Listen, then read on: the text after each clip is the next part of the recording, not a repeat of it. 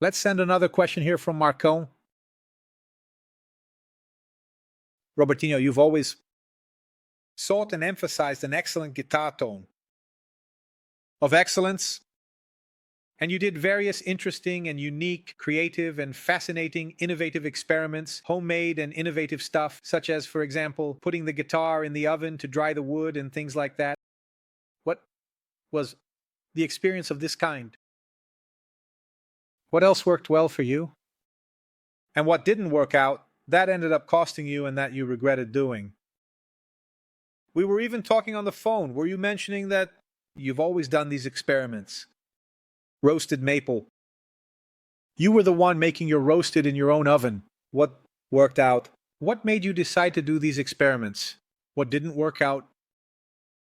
The waxing of the pickups. It was something that in the beginning I ruined several amazing pickups that I had, because what I still really like are the Gibsons. 59, I got it. And I had some originals, man. But the thing is, at that time, Gibson didn't wax their pickups. Today, without Duncan, all these factories already send the pickups waxed, so that when you turn up the volume a lot, it doesn't feedback. Got it. But before, I used to do that myself. I would take everything apart and throw it into a pot with wax. Only sometimes I went too far and twisted everything. I broke the wire, I broke the bearing, it got damaged. But where did you get the idea to do that in the pot? Did you see someone do it, or did you figure it out yourself? No, here's the thing. In Recife, when I started, I had a friend who was a radio technician here. The pickups, I had a guitar called Sonelli, which would screech a lot. I couldn't get there. Like that, 3 meters from amplifier, just from behind the amplifier. Well, that's what solves it. He said, look, man, we have to put pitch. Do you know what pitch is? It's a colored thing. Amber, like that, a piece of amber, looking like amber. What people put on the violin bow. Yeah, exactly. That stuff that goes on the violin bow. Then he said, melt it down because of the transformers. They put that on, I don't know what, let's put it on the bearing. And we did it. But the problem with pitch is that it's often very dry and it quite dries out. And then over time, it typically starts to give the same feedback. Usually, generally, typically, usually. It's a temporary solution. Then I said, no, paraffin. So I was already thinking about paraffin, because I saw Evan Haller also with a huge volume, people with a huge volume, man, without, not a thing. And I saw that ED was doing it. Ah, you went to say that he did that. Yeah. Then I said, I'm going to do it.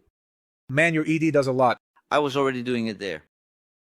That's right. I know how it is. So I took everything out. I don't know what, but I did it simply with regular paraffin. However, here's the thing. I found out later, because Ed taught a lot of things wrong, right? He would say, oh, it's wax. So the wax, but he doesn't say what kind of wax it is. The right wax for you to do this is surfer's wax, because it's oilier. Got it. Got it. And it's just a quick dip, boom, and you take it out. It's not about leaving it in there. You dip the whole pickup, right? Yeah. You dip everything, right? Dip everything. Boom. You have to take that out, because the pickup has some electrical tape on it, right? Because when you take off the electrical tape, there's a winding, a little hair strand like that. If you pull that and break one of those little wires, you're screwed. It's done. Wrap up. Done. So you took it out there? Yeah, and I messed it up there. No, but then you would stick it in, throw it in the wax when you took it out. You let it drip a bit, but it left a crust. Is that it? Or not, you cleaned everything? No, I took it from above, just from the poles. Just on top, from the poles there, from the magnets. I was cleaning the magnets, I don't know what. And I would leave it all sticky. I was never a guy. Dude, there were things where my guitars were a mess. Did you get it? Even those guitars you see in the picture, damn, if you picked it up, it was all messed up. I was never the kind of guy who treated guitars like my lady, you know. It was a hit. Got it. Because I don't want to be careful with it. You play carefully. The first thing I do is scratch the guitar, take it apart because I don't like to have it. You can't play carefully. You finish playing. And look, it's dirty here. No. It's like having sex with a girl. You can't.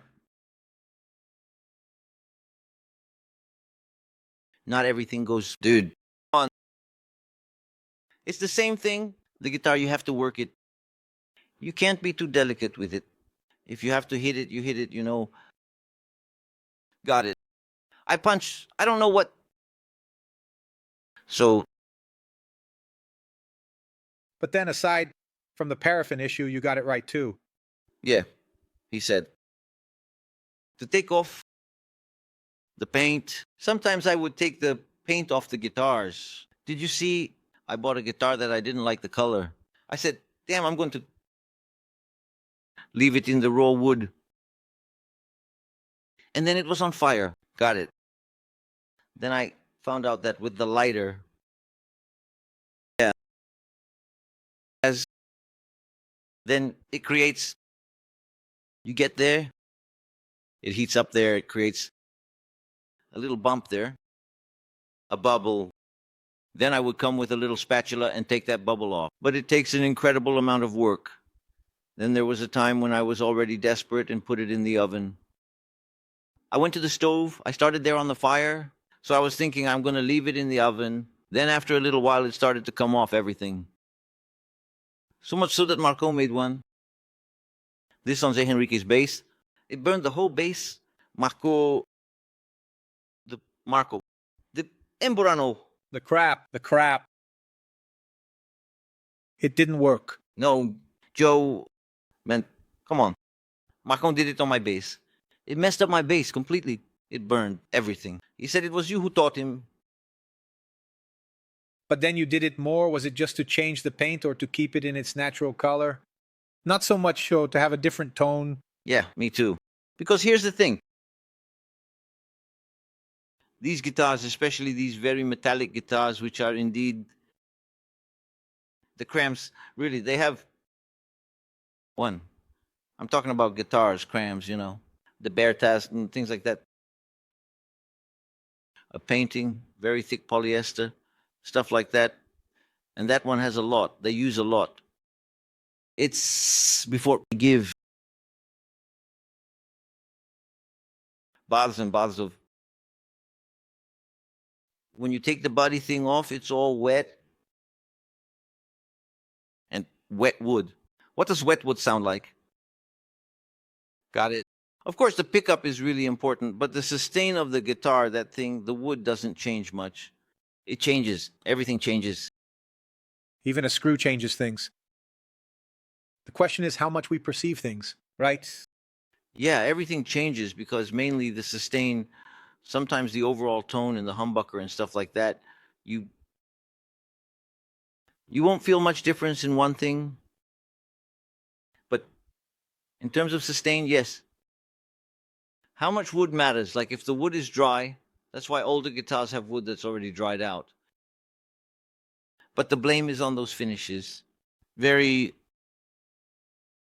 Full of solvents, the Kramer.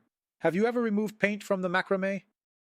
Who told me yesterday that they played on the macrame was Marcinho Aires. Do you remember him? I don't remember what the case was. He told me here he's really good. Huh? Yeah, the guitarist plays hard. Do you remember if he took any of your Kramers to play at some point? He told me the story here, but I forgot what the story was. how cool that he said that. Marcinho, congratulations. I have a lot of respect for you. Marcinho, great. A really good job, a great friend, one of the best friends I have. But anyway, so you did that with the Kramer? And did you feel that when you removed the paint, it was completely paint-free? You felt a difference, especially in the sustain, right? Yes. It felt drier. It felt more snappy too. Got it. It felt more. So much so that for the neck, I take off all the varnish. I don't like necks with varnish. A lot of people say they don't like it because the neck gets dirty. I don't even want to know if it's getting dirty. It's just that I don't want that. The singer, I, Do you mess with every guitar you get? everyone. My wife goes crazy, man. My wife goes crazy. Then she bought it. It's beautiful, it is. Then I grab the screwdriver and start taking it apart. You're about to stand out your crazy, really brand new guitar. I don't know what, because it's defective. I said, no, I want to see what's inside. I'm going to change a bunch of things. I take off a bunch of stuff, tone knobs. Nope, guitar. I hate that. That's right, man. For what? I'm not going to play jazz, blue, get boludo. Why do I want that crap, man?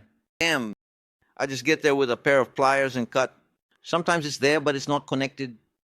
But you don't use the tone then. For what exactly, man? The volume. Just the volume. And if there are two volumes, I leave one.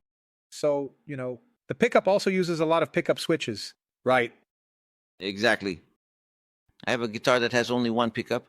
So you leave the tone wide open. Is that it? Because, dude, it's more like a car on the train. You're splitting the signal. The impedance. I'm sorry, but I'm really picky about this. So you feel a difference if you completely. There's a leak. You're going to have to go through there to be able to close it. What do I want that for?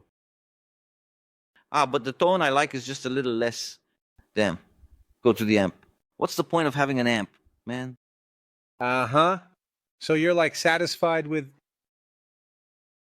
the pickup you choose or the combination and the amplifier? Correct. So that's it. The first guy who sits here and does that, oh really? But I've never seen it. No one. Cut it out. Forget it. Tony definitely needs this thing. Not here, he doesn't. No. And many things I mess around with myself, man. That was always messing with my toys. Got it then, peace. Also, how has my future changed? I resist, that's true. You also adjust everything on the tripod. That little thing inside for you to set how much to say. But the situation doesn't, no, these have more digital ones.